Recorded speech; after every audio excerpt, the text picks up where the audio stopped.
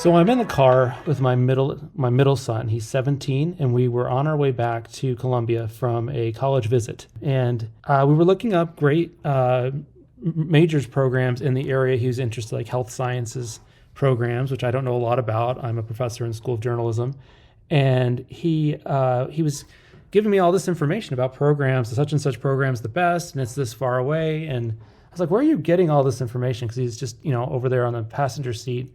Working on his phone like all my teenage sons do. And he was like, "Oh yeah, I'm using ChatGPT." I was like, "That's really interesting. So where do you think ChatGPT is getting this information from?" Long pause. "Do you think ChatGPT is using your information to, is it gathering your searches and using it in any way?" Long pause. I guess the poor kid is the son of a professor, and I think I should apologize to him daily. But the point of the little story is we don't know a lot about AI tools. We just know that they're available, that they're being widely used by our students, by us, by faculty and instructors at the University of Missouri. And so this is a podcast about AI critical literacy. This is a podcast that's organized by the Teaching for Learning Center at the University of Missouri. And my name is Jared Schroeder. I'm the father of the poor child in the story, and also an associate professor at the Missouri School of Journalism. My research is in free expression and emerging technology, and I'm also, as a result of all these things, probably not because of the trip I took with my son, but otherwise all these other things I've said, I'm also a faculty teaching fellow in the Teaching for Learning Center focusing on AI this semester. And this is a podcast that I'm organizing with help from all the other folks there to help us at the University of Missouri really enhance, hopefully, and support our teaching and what we teach our students. Just the depth of knowledge we have about artificial intelligence. I'm going to welcome my guest for this podcast episode. Her name is Tori Mondelli, and she's the director of the Teaching for Learning Center. So I'm going to welcome her and let her introduce herself more completely. Thanks, Jared. My name is Tori Mondelli. I'm the director of the Teaching for Learning Center, and it's wonderful to have you as one of our new AI and Innovation Teaching Fellows. I feel like you and I have been in this work together almost a year now. We both served on the MU AI task force for learning and teaching, and all of these issues relating to critical literacy were coming up there. They show up in the report. And so now I'm excited that we have these podcast episodes to record and just go a little deeper and invite guests from around the university to share with us their expertise and their interest as well. We had great discussions during the task force meetings that weren't recorded, and some of them ended up in the report, of course. But I mean, we had some really great discussions about AI that we could sort of replicate in some ways on the podcast. So the main purpose of this episode is to kind of introduce this, what I see as a 6-part podcast series. It's meant to be really accessible and engaging to a variety of audience members, no matter where you are. Skeptics are totally welcome. And I'm kind of with them in that I have those questions too. And it's worth noting that we're going to be being guided through this process through a book titled Co-Intelligence by Ethan Mollick. And Tori, I think you're farther in the book than I am. Okay. Yeah. So Ethan Mollick and Lilek Mollick, they have just been, to me, some of the most compelling lead voices on the challenges and opportunities that we're all now confronted with Gen AI. I absolutely love the concept of co-intelligence because it's not giving it all away, right? It's that human in the loop model of critical literacy that we have to bring to anything and everything that might come out the other side of these Gen AI systems. So yeah, I'm very intrigued by the metaphors they use, the concepts. A number of the principles I think are going to be nice guideposts for us. It was terrific to have Lilek with us at Teaching Renewal Week just 2 weeks ago. So maybe we can talk a little bit about that later. I appreciate Mollick's ideas and of the parts of the book I'm into so far. He's done a nice job of not being we all have to do this. It's the perfect way. I have one way, or that it's the greatest thing ever. I'm not sure I've agreed with all of his ideas so far, but that's okay. We don't have to agree with all of his ideas. It's a really good discussion book. It's a book where there's a lot of room to say, well, that's one way to do that. But I have these other concerns that maybe, he's coming from the Wharton School. He's coming from a business management perspective where, other people from other perspectives might say, well, you forgot this very important thing that my field knows Absolutely. about, or something like that. Yeah, absolutely. I love that right from the outset, we're emphasizing skepticism, we're emphasizing questioning, yeah, from the get-go. I mean, these LLMs are still hallucinating, right? And the source reliability issues, the mistakes, the bias, outdated information, even though it's pulling from, live web. Well, a lot of websites are out of date.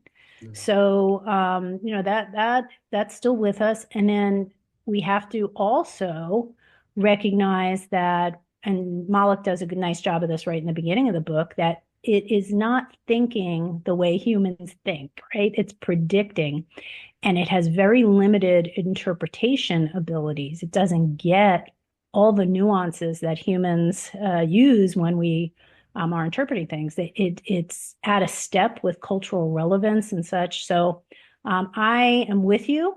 We need healthy skepticism. I would even add to that, there are a lot of very sound ethical reasons why people would want to be objectors, conscientious objectors.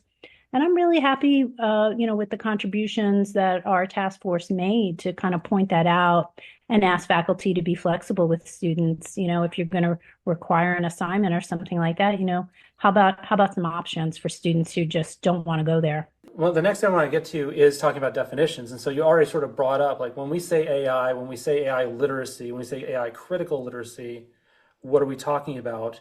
And bring up the idea that the training of these tools affecting what we see and what we know. That's a really good example of the AI literacy. Is what I'm thinking when I say AI literacy is understanding what the limitations of the tools are. Like, what do they know? What do they not know? Who's programming them? And like, what are the I think a lot of us have struggled with what social media did, thinking that social media is recreating like a public space for democratic discourse, but it's not. It's a corporate space for corporate managed discourse, which I'm not attacking these folks, but it's important that you just know what it is. And that's what Right. I was Oh, thinking. yeah. So, I mean, the next question I had on here, Tori, and this gets right into that same question is, when was the first time you used AI? I just thought that'd be a good way of thinking how to define Yeah. it. Well, maybe it's kind of, silly or very safe uses. I remember getting onto Chat GPT, and I knew I could use it in a way that was different from Google, just Googling something. So I asked it for a recipe, but I wanted it to search my local favorite grocery stores here in Columbia Hmm. and pull on some of the sales, so just kind of just a personal shopping list, a recipe, and I felt really heartened by what it produced, and that was interesting. I was like, okay, we have something beyond Google now. I think it comes down to how we define. The reason I was asking about that, and I've got ChatGPT on my list too, but how we define AI will affect how we answer the question, when was the first time you used AI? Oh, good point. Yeah. Because I was thinking, like, I have ChatGPT on the list, but I think in my first book, I was writing about, somehow I was writing about Eliza, who is generally considered the first kind of AI, like a chatbot. It was a therapy chatbot. And I remember playing with that, maybe almost 10 years ago. It's from the 60s. It's been around a long time, but there's on the internet, you can find versions of it. So I had difficulty even answering the question, when was the first time I used AI? I mean, when we put a Google search in, does that count? It's a series of algorithm-based decisions, and AI tools are also constructed of algorithms. So I think the definition, it can be more difficult than we think to define it. Yes, yes. I might just be oversimplifying, because for me, I felt that there was a moment 2 years ago, with generative AI Mhm. and kind of just using those bots, those chat GPT and Gemini and Claude, and those. So to me, that's felt very different from Google and its capabilities. It absolutely is, right? And I Yeah. think that's a really good point, that you bringing up the ChatGPT is a really good answer, because really, I think on this podcast, we're talking mostly about the generative AI. We're talking about the revolution, I feel like, that happened starting in, I think, fall 2022, when ChatGPT showed up into our lives. It'd been around Mm. for a few Oh, years. Yes, that you're using the word revolution is so intriguing. Can we call it an uneven revolution, right? Because there are participants, and then there are people who are just not participating, and for lots of different reasons. That's I guess I'm thinking of as how about a shift in the flow of information and ideas that we will probably go back and put our finger on and say, when did that happen? Oh, it happened in fall 2022 when ChatGPT released this model to the yeah. public, right? It was, they had developed it in prior iterations, not to the public. It had been winning chess matches and things like that. So maybe revolution is the wrong word. I'm glad that you pointed that No, out. I like it. Let's roll with it because I think you're putting your finger on yes, that it's a dramatic moment Good or in bad, I'm not regard. celebrating it. Yeah. I'm just like, No, right, right. But the paradigm is shifted. right, paradigm's a good word too. Yeah, for sure. Because I mean, someone who studies the flow of information and ideas in society, like ChatGPT or the generative AI revolution that we're defining here, I mean that can change everything for the flow of ideas. That idea that there's for the first time a non-human speaker. Lots of people point to other like, oh, it's another technology. We had the telegraph or we had the internet or like, oh yeah, those are huge, life-changing, world-changing technologies, but none of them included a non-human entity engaging in discourse with humans. And so it's a big deal. So I guess in this podcast, trying to frame what we're talking about, we are really, I think, focusing on generative AI. There are definitely other forms of AI, but I think our main goal is generative AI, and as it applies, of course, within the context of teaching. This is a teaching Yeah. related podcast. We're going to get to the literacy part in a second. One definition I found of generative AI, it said intelligence that matches or exceeds that of humans, tools that are not programmed to do a single task like a chess playing machine. They're programmed to make decisions and provide information based on requests. They're not limited in their spectrum of answers like a chess playing machine might have been, or even like Eliza. It's funny, I'm giving human-like qualities to it. Yeah. Eliza was given only had a limited set of possible answers. Okay. And whereas certainly we could argue generative AI is limited based on its training, but the training is so expansive that it Yes. can still kind of surprise you. And that's one of the things I do like about it is it will surprise me sometimes. If I Yes, and is it fair to say also that, it's that training data, but now it's all over the internet. So it also has like real time data and information that it's working with too, right? Yeah, there's also one of the things my students when we did an assignment about AI controlling information in my grad class last spring, they argued that the corporations involved with the AI tools seem to have a lot to do with what you would tell, the answers to the questions I gave them to ask it would give. Ah, So it's not just the training data, it's like the guardrails that the corporations put in place, whether it's for their benefit or just to protect them from legal liability.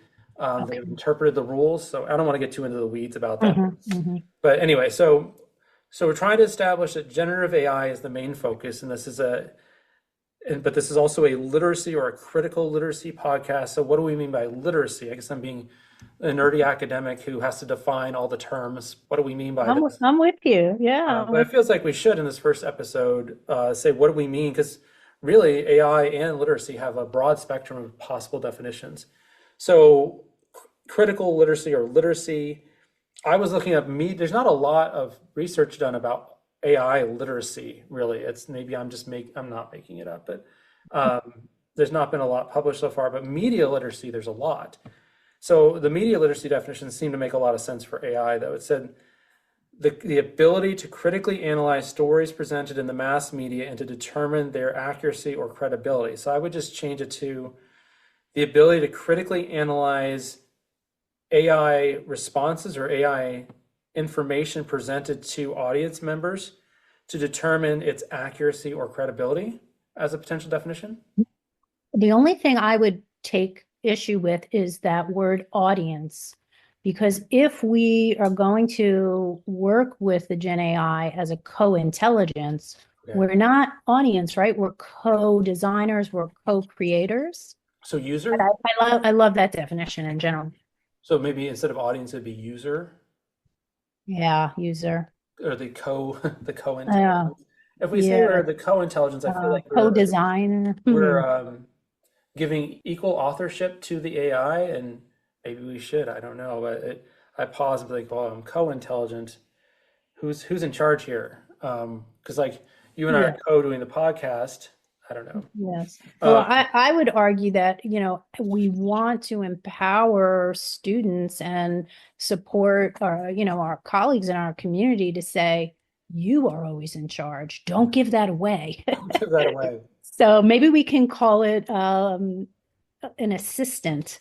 The AI, think of it as an assistant. In the book Co-Intelligence, I am really intrigued by Mollick.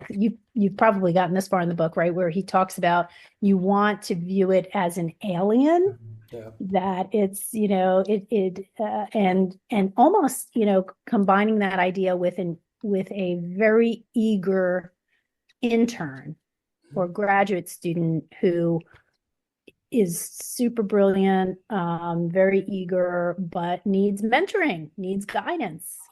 So that kind of a Yeah, way that's to think helpful. about it.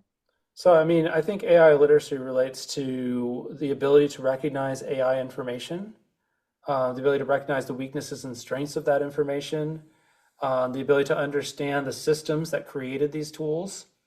We don't all need to be computer programmers. And that's one of the things I was excited about AI literacy is I'm not a science nerd. Like I'm a different kind of nerd, but like I'm not programming anything. I'm not interested in knowing how to program. There's a lot of folks that are talking about the nuts and bolts of AI. I'm good for them, right? But I care about information and the flow of ideas. So the literacy aspect, and I mean, it's selfishly for my own. I have to engage with AI somehow in my own classes. I have to tell my students it's not just literacy in terms of how to use it. It's literacy in terms of how to teach about it, right? What do our students need to know about these tools?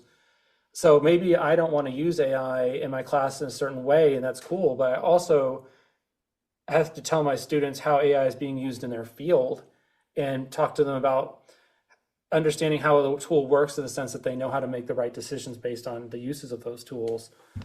So there's a lot of layers to, I think, what we're trying Yeah, to do here with AI literacy.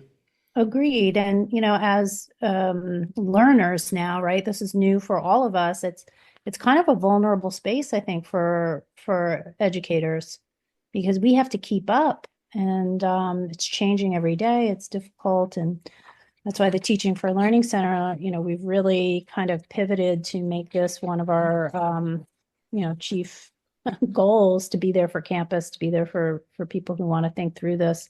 Jared, you've mentioned, why you care about this so much. I like to share a little bit. Like for me, I care about AI critical literacy because I think without it, we are going to lose track or lose traction in really making sure that our students are learning in our degree programs, in our general education curriculum.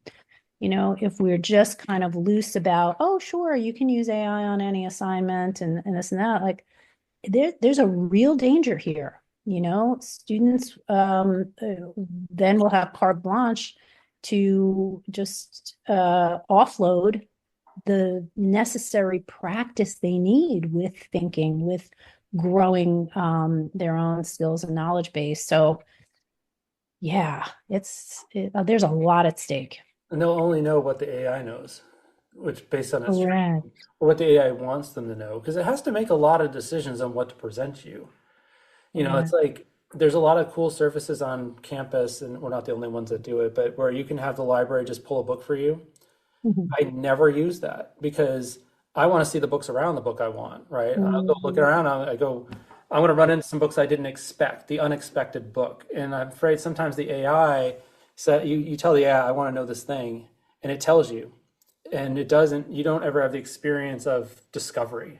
Agreed. But that's been around since Google too, right? That's Like, you're so right. old school. I love it. That's how I am too. That's why I used to call you browse the library, you browse a bookstore. But yeah, that's kind of getting taken away from us. And we have to think about new ways to preserve that, to help students not just take a short linear route, but to open themselves up to possibilities. Absolutely. So there's a lot of layers here. It's almost too many layers, but there's a lot of layers. And that's why there's 5 more episodes after this that actually get into more detail. They're all guided by the Mollick book. And so I'm kind of dividing them. Like the next podcast episode covers the introduction in chapter 1 of his book. It's not saying that we only talk about his book. It just kind of gives us the jumping off point to have a discussion about the different topics that he discusses. So the next episode, for example, really grounds the AI, the alien concept, the potential role it's supposed to have in society and with individuals, and in this case, our teaching. And I mean, Mollick's he is a professor, but this is not a teaching book necessarily. It's an AI how to work with AI book that we're pulling in as an AI literacy resource for us. Oh, you know what I wanted to ask you, Tori, is critical literacy. So I had initially pitched this as literacy, and you added very smartly, and I agreed 100%, the idea of calling it critical literacy. Can you explain briefly what you mean, what the difference you see between critical literacy and regular literacy? Yes, thanks, Jared. And I was inspired a couple of weeks ago. I attended a webinar by that Leon Furzy, who he's from the UK, but he's based in Australia. He's one of the co-authors of the AI assessment scale and the AI assessment scale revisited. So they're already up to their second version of it. And I love the work that he and his colleagues are doing, very thoughtful. His background is literacy. And he really made the distinction that resonated with me. He said, sometimes when people just are talking about literacy, it can be interpreted as, and I'm paraphrasing, kind of like this just functional level, like how to use AI, how to log on, how to come up with a prompt, and like make it work. And what we're really talking about, educators, is critical literacy, where students and users that we're actually interrogating the technology as we're using it, that we're then also engaging students and colleagues in meaningful conversations around what it's doing, what it's not doing, what it's, So I just feel like, we want to make sure that people know that we're not just talking about surface level, some kind of like tech training on get yourself literate and using this new AI tool. No, we're talking about the deeper stuff here. Yeah, and that made complete sense to me. It's almost like a Bloom's taxonomy of when I think about what I want my students to learn. I don't want this basic regurgitation. I want to give people tools that they can apply in the future, because like I said at the beginning, the technology is going to change. The ChatGPT, I don't know what it's going to be 5 years from now. It might be like MySpace or, Friendster or whatever that we laugh about now because it's so old. I'm so glad we defined that. But I was just going to outline that we are going to guide the rest of the book, or the rest of the podcast, with these sections of the book.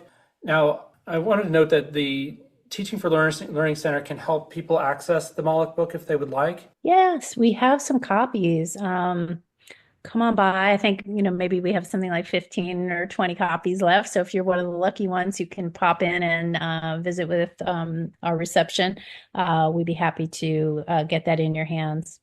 And I should mention, it's been on the New York Times bestseller list now for quite a bit. People are enjoying it.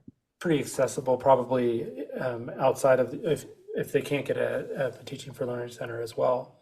I just thought we could end with just one. I wanted people to leave with, I want to make sure the first episode of the podcast isn't just about what's going to come up in the next podcast. I want there to be some meat to it. And so I wanted to ask one big thinking question before we leave and let people get back to their lives. And that is, and this is so open-ended, and I think the answer to this question could be really developing as we go through the podcast, but it's just like the first day of class. I like to at least get my students thinking about communication law, and then we'll come back and add detail later and hopefully inform their answers in the future. But anyway, the question I was thinking about was, how should AI critical literacy be taught at universities? I don't know if there's a more vague general question anybody could answer. It's a big question. I like it. Big question. So it's not wrong answers only, but incomplete answers I think are okay, because like I said at the beginning of the podcast, we're all trying to work together here. This isn't a top-down podcast. It's a I'm Learning with You podcast. So how would you think about that, Tori? Right. Well, first thing that comes to mind is academic freedom. So I would say that, in this moment, will be colleagues who say I'm not going to do it. Um, and I think in this moment, they could have a lot of good reasons why they're not going to do it, right? So I just want to just set us up here that there's, I think, room and space for lots of positions on this. So now, assuming that there are people who want to teach AI critical literacy at universities, I'm in the camp that I think we do owe it to our students to do that. I think that, the world is changing rapidly. So learning for learning's sake, I think there's the argument that, we need to do it for that reason, but also to help them be successful in a dynamic world. So if they go on to graduate school, if they're going into the military, if they're going into the workforce in all kinds of different sectors, like it seems like if we don't do this, what?